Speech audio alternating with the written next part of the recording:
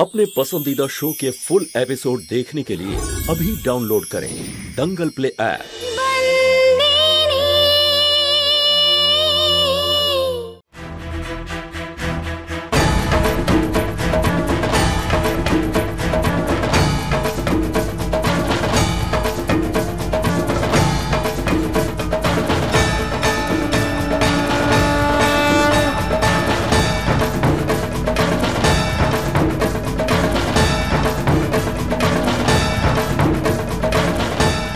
দেখ তোর পিসির সত্য।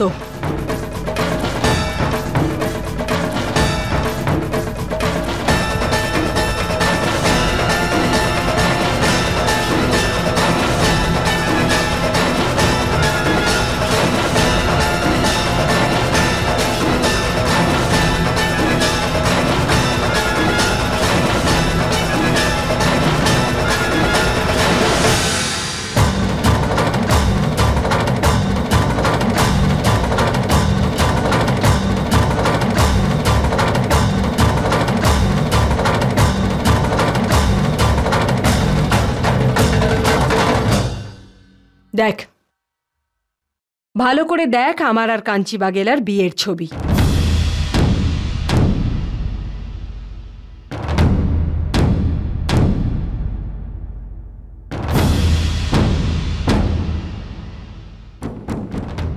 তোর পিসি, তুমি এত বড় সত্যিটা সবার থেকে লুকিয়েছো? হ্যাঁ। তুমি বিবাহিত? হ্যাঁ। বাবা, দিদা, দাদু কেউ জানে না এই সত্যিটা? না।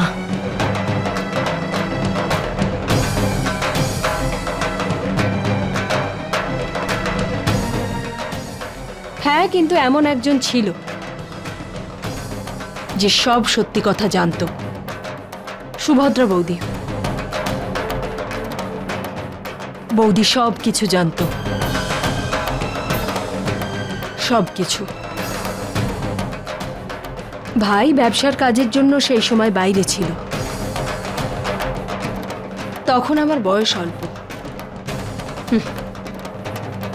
আর সেই বয়সে আবেগে ভেসে গিয়েছিলাম, ভালোবেসে ফেলেছিলাম ওই দস্যুটাকে।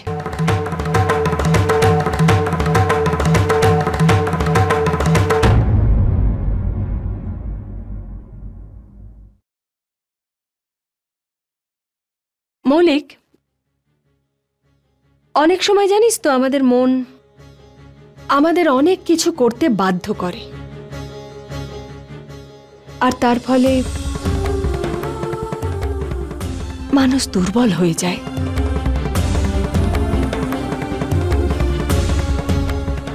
আবেগে ভেসে গিয়ে মানুষ অনেক সময় এমন কিছু কাজ করে ফেলে যার ফলে সারা জীবন তাকে সেই ভুলের মাসুল দিতে হয়। যখন কোনো মানুষকে কেউ খুব ভালোবাসে না, সেই মানুষটাকে যখন কেউ বিশ্বাস করে আর সেই যদি সব বিশ্বাস ভেঙে দেয়, তখন মনে যে আঘাতটা লাগে না, সেটা কখনো ভোলা যায় না, কখনো না। আঘাতটা থেকেই যায় সারা জীবনের জন্য। 8 ঘন্টা আমি ওর জন্য অপেক্ষা করেছিলাম মন্দিরে। 8 ঘন্টা। আর ওই দস্যুটা ওর আসল রূপ চিনিয়েছিল, আসেইনি আর।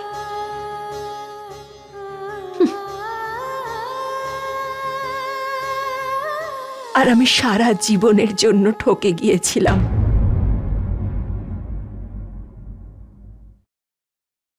সেই সময় আমি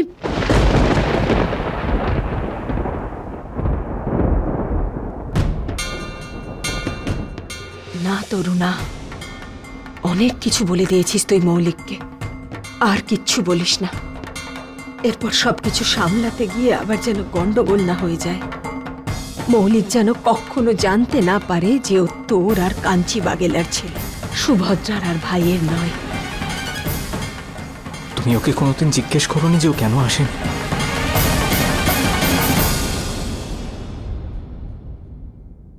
কি জিজ্ঞাসা করতাম? সব বুঝে গিয়েছিলাম।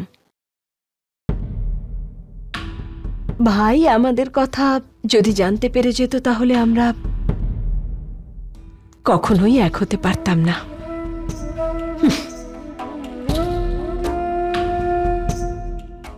কিন্তু তা সত্ত্বেও ও আসেনি, ঠকিয়েছিল আমাকে।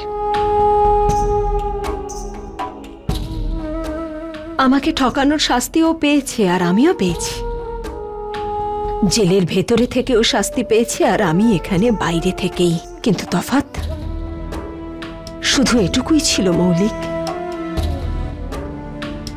যে ওই দস্যুটা আমাকে ঠকিয়েছিল সেই জন্য শাস্তি পেয়েছে আর আমি ওকে ভালোবেসেছিলাম বলে এই শাস্তি পেয়েছি। সুভদ্রা বৌদি এই রহস্যটা নিয়ে চলে গেছে। এখন এই রহস্যের কথা শুধু আমি জানি, তুই জানলি, আর কে? তো রূপসী। সন্তু। সন্তু? সন্তু এসব কি করে জানে? ও জানতে পেরে গেছে।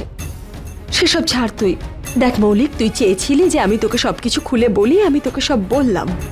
দেখ মৌলিক, আমি এই জীবনে সবচেয়ে বেশি যাকে ভালোবাসি সেটা হলি তুই। কিন্তু তুই আমাকে আজ একটা কথা দে, এই কথাটা কেউ যেন কখনো জানতে না পারে।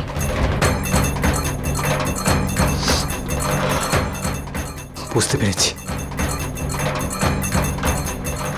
কিন্তু একটা কথা আমি বুঝতে পারছি না তোর বেশি। যদি এই কথাটা সবার থেকে লুকানোর ছিলই, তাহলে এই অ্যালবামটা কেন যত্ন করে রেখেছ? নিজেকে এত কষ্ট কেন দিয়েছ? কারণ আজ আমি ওকে যত ঘেন্নাই করি না কেন মৌলিক, এমন একটা সময় ছিল যখন আমি ওকে খুব ভালোবাসতাম।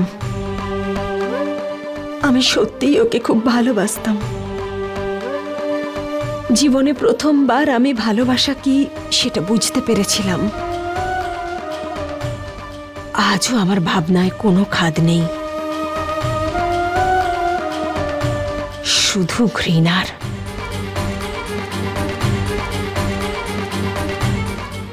আগে এটাকে সামলে রেখেছিলাম ওকে ভালোবাসতাম বলে।